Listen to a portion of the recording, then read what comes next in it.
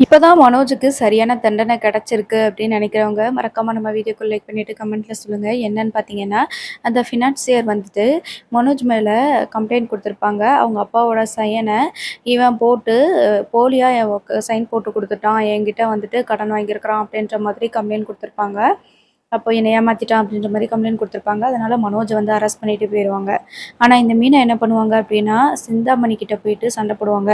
"நீ தான் கம்ப்ளைண்ட் குடுக்க வச்சிருப்பன்னு எனக்கு நல்லாவே தெரியும். நீ சொல்லி தான் எங்க அத்தை சைன் பண்ணி குடுத்துருக்குறாங்க.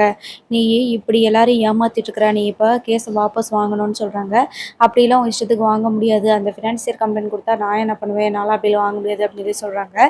உடனே மீனா இருந்துட்டு, "அப்படியா? அப்ப நீ நம்ம சங்கத்துல இருக்கிறவங்க கிட்ட எத்தனையோ பேர்கிட்ட நீ அதிகமா வட்டிக்கு பணத்த குடுத்து, அவங்கள ஏமாத்தி அவங்க வீடு, கடை அப்படின்னு சொல்லிட்டு எல்லாத்தையுமே நீ அபகரிச்சிருக்கிற. அவங்க எல்லாருமே சேர்ந்து உன் மேல கம்ப்ளைண்ட் குடுத்தாங்க அப்படின்னா, மொத்தத்துக்கும் நீ வெளிலவே வர முடியாதபடி உள்ள போயிருவ. அத பார்த்துக்கோ அப்படின்னு சொல்லியிருப்பாங்க. அது ப்ரோமோல பார்த்துருப்போம்.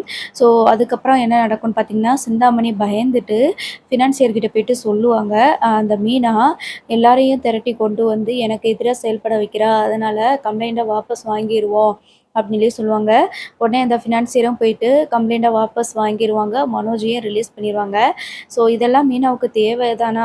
தேவையில்லாம இத போய் பண்ணிக்கிட்டு இருக்கிறாங்க. ஏற்கனவே விஜயா வந்துட்டு எப்ப பார்த்தாலும் மீனாவ திட்டிட்டு தான் இருப்பாங்க. கொடுமைப்படுத்திட்டு தான் இருப்பாங்க.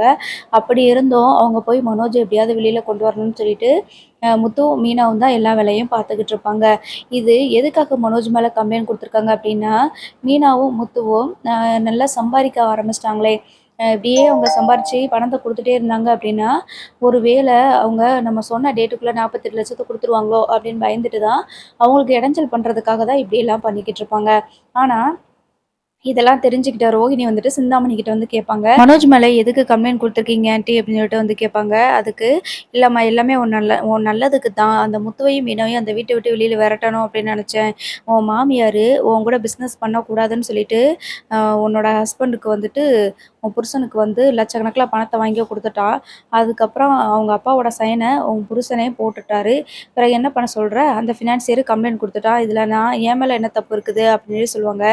இல்ல ஆன்ட்டி அவங்க தெரியாம பண்ணிட்டாங்க. அதுக்காக நீங்க இப்படி கம்ப்ளைண்ட்லாம் குடுப்பீங்களா? அப்படின்ற மாரி சொல்றாங்க.